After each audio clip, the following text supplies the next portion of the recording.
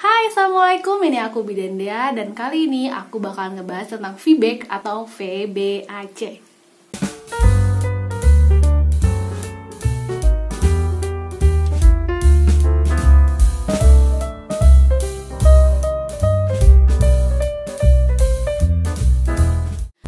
Sebenarnya ini mungkin bukan ke ngebahas ya, ini lebih ke sharing aja tentang pengalaman pribadi aku di mana aku bisa melahirkan normal setelah sebelumnya melahirkan secara SC atau operasi sesar.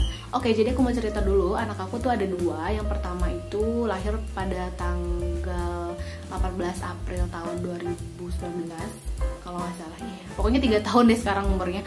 Terus yang itu secara operasi sesar karena tiba-tiba waktu aku hamil 28 week itu tiba-tiba dia yang udah posisinya kepala di bawah udah oke untuk persalinan normal, tiba-tiba dia lagi jadi oblik. Jadi oblik itu adalah jadi posisinya itu miring gitu. Nanti mungkin aku akan simpan gambarnya di sini mungkin ya gitu. Jadi miring terus sampai akhirnya lahir juga masih sungsang. Jadi bukan kepalanya yang ke bawah, jadi pantatnya dia yang ke bawah gitu. Jadi itu yang pertama. Yang kedua, ini alhamdulillah aku bisa melahirkan secara normal. Jadi aku mau cerita tentang pengalaman aku bagaimana menyiapkan persalinan yang kedua ini secara normal setelah sebelumnya SC, apa aja yang harus disiapin, dokternya di mana, rumah sakitnya di mana, kok bisa gitu, apa yang harus bener-bener dipersiapkan itu nanti insya Allah aku akan share di sini ya. Tapi seperti biasa sebelum lanjut nonton, yuk tinggalkan jejak dengan cara like, comment, dan juga subscribe channel ini, dan boleh juga untuk kalian share supaya channel ini semakin bermanfaat untuk orang banyak. Alhamdulillahnya gitu ya, dengan profesi aku yang sebagai seorang bidan tuh kan aku jadi tahu tentang VBAC mungkin tahu lebih tentang VBAC daripada orang lain gitu. Jadi justru yang menguatkan aku untuk menerima kenyataan bahwa aku harus melahirkan secara sesar di kehamilan pertama aku itu ya karena aku tahu bahwa di kehamilan berikutnya aku bisa mencoba untuk melahirkan normal gitu. Ini info aja sedikit ya, bahwa dari usia 28 week itu aku bukannya tidak berusaha untuk melahirkan secara normal. Jadi begitu aku udah tahu bahwa posisi anak aku oblik, sungsang, oblik sungsang begitu terus, aku mau coba aku puntur, tapi ternyata ada lilitan di leher anak aku. Jadi aku harus menunda aku puntur. Aku cuman fokus di yoga dan afirmasi supaya anak aku ngelepasin tali pusatnya. Dan tali pusatnya itu lepas di usia kehamilan 37 week, baru lepas lilitan, habis itu baru aku puntur dan lain sebagainya. Aku udah janjian juga untuk melakukan putaran vaksin luar di BSB, Bumi Sehat Bahagia, bersama Bidan Farida, karena kebetulan waktu itu aku pernah bekerja di sana. Jadi akhirnya aku telepon Bu Farida, aku janjian untuk putaran vaksin luar. Jadi apa itu putaran vaksin luar? Jadi anak aku diputerin gitu supaya posisinya optimal untuk lahir normal, atau singkatnya kepala di bawah gitu ya. Tapi ternyata sebelum ketemu hari dimana aku ketemu sama Bu Farida untuk diputerin itu udah keburu kontraksi. Jadi besoknya aku janjian ketemu, malam ini tuh udah kontraksi. Jadi akhirnya aku telepon, aku tetap datang ke sana. Tapi aku nggak periksa dalam karena aku tahu ini kontraksinya juga belum intens. Jadi aku usaha untuk diputerin dulu. Ternyata nggak bisa. Ada kriteria yang tidak memungkinkan untuk dilanjutin. Jadi akhirnya dibalikin lagi ke sungsang. Habis itu diperiksa pada subuh sekitar jam 5-an, itu pembukaan 2, jam 7 udah selesai operasi sesar. Itu kurang lebih ya. Jadi itu gitu hal yang menguatkan aku untuk ya udahlah SC aja gitu kan. Dibawa karena aku tahu bahwa nanti aku bisa melahirkan untuk normal gitu. Nah, jadi kapan ya aku mulai bersiap untuk ngelakuin VBAC? Ya tentu dari Afnan lahir. Jadi dari anakku yang pertama lahir tuh aku udah mikir, kok kenapa ya aku bisa sungsang? Padahal aku tuh rajin yoga, rajin jalan, rajin minum air kelapa, makan kurma, ya pokoknya semua hal-hal yang dianjurin yang akan mempermudah menuju proses persalinan normal itu aku lakuin gitu. Cuman kok kenapa ya gitu masih bisa sungsang di akhir-akhir kehamilan ya. Selain qadarullah ya, pasti kan aku sebagai seorang bidan kan pasti ngulik kenapa ada apa gitu. Nah akhirnya pada suatu hari itu aku sadar gitu, begitu aku ngaca, kok apa ini namanya tulang aku tuh kayak gini sebelah gitu, kayak miring sebelah gini gitu pas aku ngaca tuh. Jadi aku tuh nggak lurus gini sih bahu aku tuh. Nah dari sana aku mungkin ada sesuatu yang salah di tulang belakang aku. apa mungkin skoliosis atau apa, aku nggak tahu karena jujur sampai saat ini aku nggak memeriksakan diri. Tapi setelah setelah aku healing dari proses pemulihan persalinan, kemudian aku juga udah mulai good mood, anak aku udah mulai terkendali, nah siklus kehidupannya udah mulai berjalan normal ya. Akhirnya aku rutin di yoga gitu. Jadi aku rutin yoga, aku juga sharing sama instrukturnya bahwa aku punya masalah gini dan akhirnya ya aku bisa mulai memperbaiki si posisi duduk aku, berdiri aku. Jadi kalau aku bercermin tuh ini aku udah nggak gini lagi gitu. Atau misalnya pun kalau misalnya tiba-tiba aku ngerasa aku miring, tiba-tiba tubuh aku tuh kayak ngingetin lagi, ini jangan gini posisinya dong, ayo tegak gitu. Jadi aku tegak lagi. Jadi itu aku benerin yang pertama kali. Jadi bener-bener dari awal tuh aku udah nyari tahu apa ya yang kurang dari ikhtiar aku sebelumnya gitu. Nah, jadi begitu aku tahu bahwa aku sedang hamil lagi, aku sharing ke suami aku gimana caranya di kehamilan ini kita bisa melahirkan secara normal. Ya udah, jadi kita banyakinnya di doa, karena kalau misalnya aku ketemu sama dokter-dokter yang pro VBHC itu pasti udah doa ya gitu. Yang penting harus doa, sama kitanya yakin kalau mereka cuma menolong aja, cuma perpanjangan tangan Tuhan aja. Jadi kita benar-benar banyakin doa, ya Allah kalau misalnya Engkau ridho, kalau misalnya persalinan normal ini baik untuk aku, untuk anak aku, untuk suami aku, untuk anakku yang pertama juga, mudah-mudahan ya dilancarin gitu. Itu yang pertama. Kedua, aku rutin olahraga. Jadi setiap pagi itu aku rutin jalan 10-15 menit. Jadi kadang sama suami, kadang sama anak juga. Gak lama kan, cuma 10-15 menit doang, tapi tetap setiap hari aku lakuin gitu. Terus aku juga rutin yoga. Dan aku lebih sering yoga sendiri di rumah. Kadang cuma nonton video aja. Pokoknya aku cuman ketemu sama bomil yang lain itu selama 9 bulan aku hamil, selama 38 week aku hamil itu aku cuma 1 kali aja karena pandemi juga kan gitu. Jadi sisanya aku lakuin di rumah. Jadi tidak ada halangan untuk alasan aku nggak bisa olahraga, bisa. Oke. Kemudian yang selanjutnya adalah gimana caranya supaya berat badannya ketika lahir harus lebih rendah daripada anak aku yang pertama. Jadi dulu tuh aku anak yang pertama tuh 3,4 kilo. Jadi kalau bisa sih di kehamilan ini tuh kalau kata dokter-dokternya aku harus 3 kilo gitu. Nah cuman memang di sini tuh aku agak kesulitan karena aku setiap hamil dan menyusui tuh doyan banget makan. Pokoknya habis makan nasi makan roti, pokoknya bener-bener pengen makan terus gitu. Jadi bener-bener susah ngerem gitu. Jadi anak aku yang pertama 3,4, anakku yang kedua 3,3. Jadi aku cuma berhasil nurunin 100 gram dari target 3 kilo. Jadi kalau buat teman-teman yang memang mau VBHC, usahain berat badannya 3 kilo atau di bawah itu lebih bagus, yang 28-3 kilo lah gitu. Oke. Jadi buat teman-teman yang mau VBHC ya 3 hal yang tadi aku sampaikan itu adalah ikhtiar utamanya gitu. Nah setelah itu muncullah pertanyaan kan, gimana ini kita mau lahiran di mana, sama dokter siapa gitu kan. Walaupun dari awal hamil aku udah mulai cari tahu nih kira-kira nanti kalau anak kedua mau lahiran di mana gitu. Tapi kan setelah prosesnya kan ngobrol lagi kan ya sama suami, kita bikin lahiran di mana sama siapa. Nah sebenarnya mungkin ada beberapa tempat praktek bidan yang sudah memfasilitasi kalau misalnya mau VBHC. Tapi bagi aku pribadi dan beberapa seminar atau aku mendengarkan praktisi gentle birth juga, bahwa kalau misalnya kita mau VBHC ya lebih baik itu dilaksanakan atau ditangani di rumah sakit bersama dengan dokter SPOG, karena itu akan jauh lebih aman dan lebih istilahnya kalau ada kegawat daruratan itu cepat ditangani karena kita sudah ada di rumah sakit gitu. Jadi tidak memakan banyak waktu lama dan dokter kita tahu bahwa kita ada riwayat sesar dan lain sebagainya, jadi mungkin udah lebih prepare.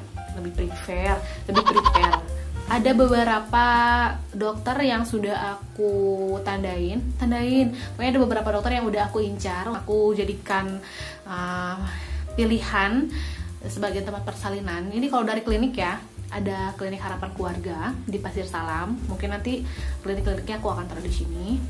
Kemudian ada BSB, Bumi Sehat Bahagia. Kemudian ada kalau di Cimahi itu di Bandung ya, kalau di Cimahi ada Bidan Yesi atau Bidan Yesi Mei Santi kalau nggak salah namanya, ada itu di Cimahi. Dan di 3 tempat ini mereka juga menyediakan jasa doula. Jadi doula itu adalah pendamping persalinan, di mana dia tidak menolong persalinan tapi benar-benar mendampingi kita dari apa yang kita butuhkan saat proses persalinan. Jadi lebih ke misalnya ya, relaksasi pada saat kontraksi. Dan ada beberapa referensi dokter yang udah aku simpen juga sebagai pilihan. Yang pertama ada Dokter Evi. Jadi Dokter Evi ini aku pilih karena beliau ini adalah perempuan dan beliau ini praktek di sekitaran Cimahi di klinik Kasih Bunda dan di klinik Jasmine untuk di Kota Bandungnya. Begitu aku mendekati persalinan, ternyata beliau sudah tidak di Kasbun lagi. Jadi beliau prakteknya hanya di Jasmine, klinik Jasmine Medica, sama di Edelweiss, rumah sakit baru yang ada di Soekarno-Hatta. Yang kedua adalah Dokter Ruby. Dokter Ruby ini juga aku jadiin pilihan karena beliau prakteknya di Kasbun juga sama Kasih Bunda, kemudian di Handayani juga. Itu sih yang aku tahu. Aku nggak tahu ya beliau praktek di mana lagi, cuman ini yang aku tahu aja beliau prakteknya di situ. Kemudian yang ketiga ada Dokter Aseng. Dokter Aseng ini prakteknya di Mitra Kasih sama di Kebon Jati deh kalau nggak salah, bener nggak ya Kebon Jati? Bangun tidur teman-teman, ada yang bangun tidur. Nyariin ibunya, ibu mana? Ibunya lagi bikin video ya. Oke, kita lanjutkan ya. Tadi kita sampai mana ya? Bye dulu sama onti-onti online. Hai onti-onti nih, aku anak VBAC nih. Aku anak VBAC. Oke, kita lanjutkan ya. Tadi dari ngebahas tentang masalah dokter-dokteran. Jadi dokter-dokter yang per VBAC. Oh iya, dan ada satu lagi dokter yang aku tahu menerima VBAC itu di Rumah Sakit Al Islam. Aku nggak tahu ya namanya, dokter dipanggilnya Dokter Delle.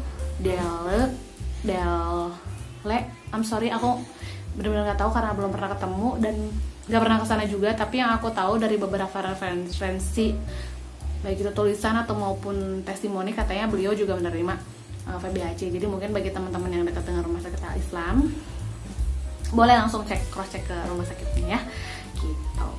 Oke, lanjut ya. Tadi setelah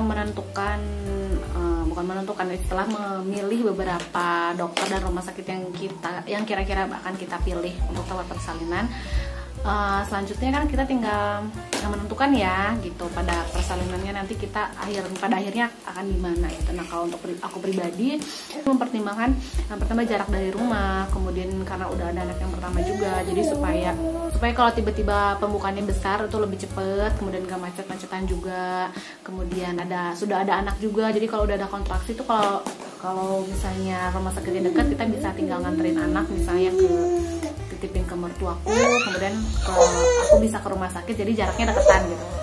Setelah mempertimbangkan jarak ke vaskes, yang selanjutnya ya dokter ya gitu. Sebenarnya pengen dokternya tuh yang perempuan, tapi apa daya dokternya jauh-jauh ini. Nah, kemudian yaitu jarak tadi yang pertama yang dipertimbangkan. Kemudian ada beberapa rumah sakit yang tidak bisa menerima asuransi gitu ya. Secara kan ini musim pandemi ya, kita harus menghemat pengeluaran ya Bu ya, tetap. Jadi ya akhirnya aku memutuskan untuk memilih Rumah Sakit Mitra Kasih dan juga Dokter Aseng untuk dokternya aku. Karena yang pertama, aku tidak memilih untuk kelahiran di bidang praktek mandiri karena yaitu tadi lebih aman dan akan lebih baik mungkin kalau aku lahirnya di rumah sakit bersama dokter SPOG gitu, untuk mencegah hal yang tidak diinginkan terjadi, ada komplikasi atau apa gitu. Itu yang dipertimbangkan. Rasanya itu aku suka karakternya ya, karena aku nggak suka dokter yang bertele-tele. Dia tuh kalau iya ya, enggak gitu pasti. Kemudian kalau misalnya dokter perempuan kan biasanya takutnya ada rasa khawatir kalau misalnya aku takutnya tiba-tiba di tengah pembukaan tuh aku kayak aku nyerah gitu, aku mau EC aja. Jadi aku benar-benar harus memilih dokter yang benar-benar bisa nguatin gitu loh pada saat aku menyerah di tengah jalan gitu. Akhirnya aku rasa dokter Aseng adalah dokter yang tepat untuk mendampingi aku. Oke, ini juga pertanyaan yang banyak masuk ya. Yang pertama adalah VBAC itu harus di rumah sakit atau di klinik bidan, atau maksudnya mungkin bidan praktek mandiri ya. Tadi aku udah jelasin di awal bahwa lebih baik kita lebih memilih vaskes. Maksudnya kita lebih memilih rumah sakit sebagai tempat kita untuk persalinan VBAC karena akan lebih aman ke kita. Kemudian kalau ada tindakan emergensi yang harus dilakukan ya cepat gitu prosesnya. Yang kedua adalah syarat VBAC itu apa aja sih, apa saja yang bisa bikin kita lahiran untuk VBAC gitu ya, syarat-syaratnya. Sebenarnya mungkin ini akan berbeda case-nya dari setiap individu ya, tapi aku mau ngebahas secara general aja yang secara umum terjadi ya. Biasanya syarat untuk VBAC itu yang pertama adalah plasenta tidak menempel di tempat bekas EC. di luka sayatan EC. Itu yang pertama. Yang kedua adalah penyebab kita EC di kehamilan sebelumnya itu apa gitu. Jadi kalau misalnya aku nih dulu kan anakku yang pertama itu sungsang, udah pasti anak yang kedua nggak berarti bakal sungsang lagi dong. Jadi itu bisa gitu. Atau kayak gemeli atau kembar, kehamilan kembar, atau misalnya yang plasentanya di bawah, plasentanya menutupi jalan lahir. Itu kan di kehamilan berikutnya tidak akan, bisa jadi tidak, itu tidak terjadi lagi. Jadi itu bisa untuk VBAC. Tapi kalau misalnya ada penyebab yang misalnya ada penyakit tertentu yang memang mengharuskan untuk EC ya, kemungkinan besar akan EC lagi gitu ya. Tapi baik lagi ini harus dikonsulkan dengan dokter kalian masing-masing gitu ya. Oke, yang selanjutnya kita harus mengupayakan supaya kontraksi kita di persalinan VBAC ini datang secara alami, jadi tidak ada induksi.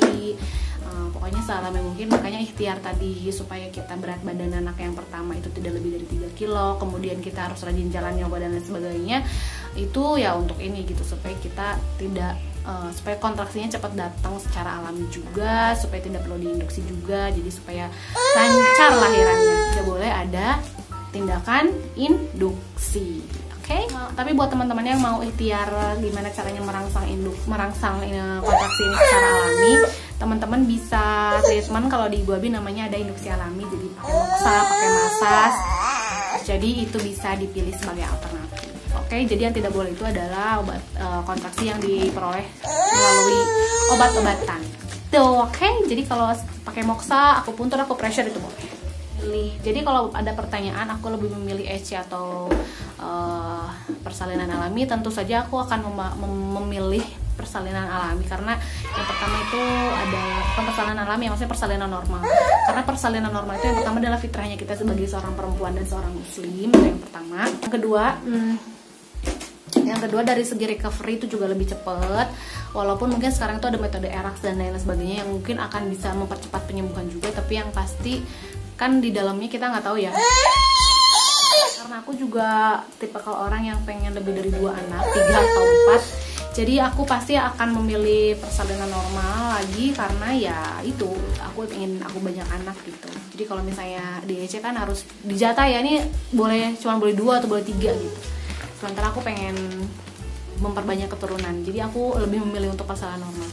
Kemudian ya apa ya, mungkin kalau persalinan EC dia lebih nggak kerasa capeknya aja, karena kan masuk ruangan langsung selesai, suami juga nggak perlu repot-repot mendampingi kita secara pas kontraksi gitu ya, mungkin akan terlihat lebih cepat, instan gitu. Tapi kalau persalinan normal kan ada kontraksi segala macam, jadi ya itu yang harus dilalui sih, jadi harus siap untuk melewati itu. Jadi yang sebelumnya SC kemudian mau ke normal ya kita harus siap-siap untuk gimana nih kalau kontraksi harus ngapain, relaksasi pas kontraksi harus ngapain gitu, pada saat kontraksi harus ngapain, pas kontraksi hilang harus ngapain, supaya tenaga kita benar-benar masih banyak gitu pada saat proses persalinan ya. Yang selanjutnya ya jadi pertimbangan adalah recovery ya tadi. Terus kemudian dari recovery itu ya kita bisa lebih cepat, bisa IMD atau enggak, kita bisa cepat-cepat menyusui anak kita atau enggak, kemudian bisa cepat-cepat pumping atau enggak. Jadi si proses penyembuhan itu kalau normal kita bisa lebih cepat gitu. Kemudian ya bukan SC tidak bisa ya, tapi biasanya akan ada tertunda gitu, akan tertunda biasanya proses. Jadi kalau misalnya ditanya aku mau memilih yang mana ya aku pasti ingin memilih lahiran normal lagi, supaya aku bisa banyak anak, kemudian recovery-nya cepet, bisa IMD, bisa nyusui, bisa pumping secepat mungkin. Dan mungkin di persalinan selanjutnya aku akan lebih memilih untuk pakai jasa doula juga ya, supaya bisa lebih ngedampingin, nemenin suami aku buat gantian mijitin aku pada saat kontraksi, kemudian memimpin aku supaya tenang pada saat kontraksi, kemudian ya menjadi penghubung antara aku sama dokter atau bidan-bidan jaganya, supaya aku lebih rileks dalam menikmati proses kontraksinya, supaya bisa ganti posisi gitu ya, lebih santai aja sih mungkin kalau ada doula. Jadi mungkin bagi teman-teman yang mau coba VBAC ya coba cari jasa doula juga ya. Dan yang terakhir untuk ayah bunda yang sedang berjuang untuk VBAC, tetap semangat, banyakin ikhtiar, jangan nyerah, pokoknya lakuin secara maksimal apa yang bisa kalian usahakan. Terus banyakin doa, karena ingat tanpa restu Allah Subhanahu wa taala, tanpa ridhonya kita semua ikhtiar yang kita lakukan itu gak ada gunanya ya. Jadi perbanyakin ikhtiar langit. kemudian tetap semangat, mau kita lahiran nanti berhasil VBAC ataupun harus SC lagi nggak apa-apa. Yang penting kita udah berusaha semaksimal mungkin, kita udah berusaha jadi yang terbaik. Apapun yang terjadi, kita adalah ibu yang terbaik, kalian adalah ibu yang baik sepanjang masa untuk anak-anak kalian. Dan anak-anak kalian, anak kita pasti bangga sama kita karena tahu ibunya berjuang banyak hal untuk mereka. Oke, jadi segitu aja di video kita kali ini. Maaf banget ini videonya rusuh ini karena si bayi satu ini ya. Tapi mudah-mudahan sedikit banyak video ini ada manfaatnya, terasa manfaatnya untuk kalian semua. Dan ya udah, sampai ketemu di video berikutnya. Bye bye.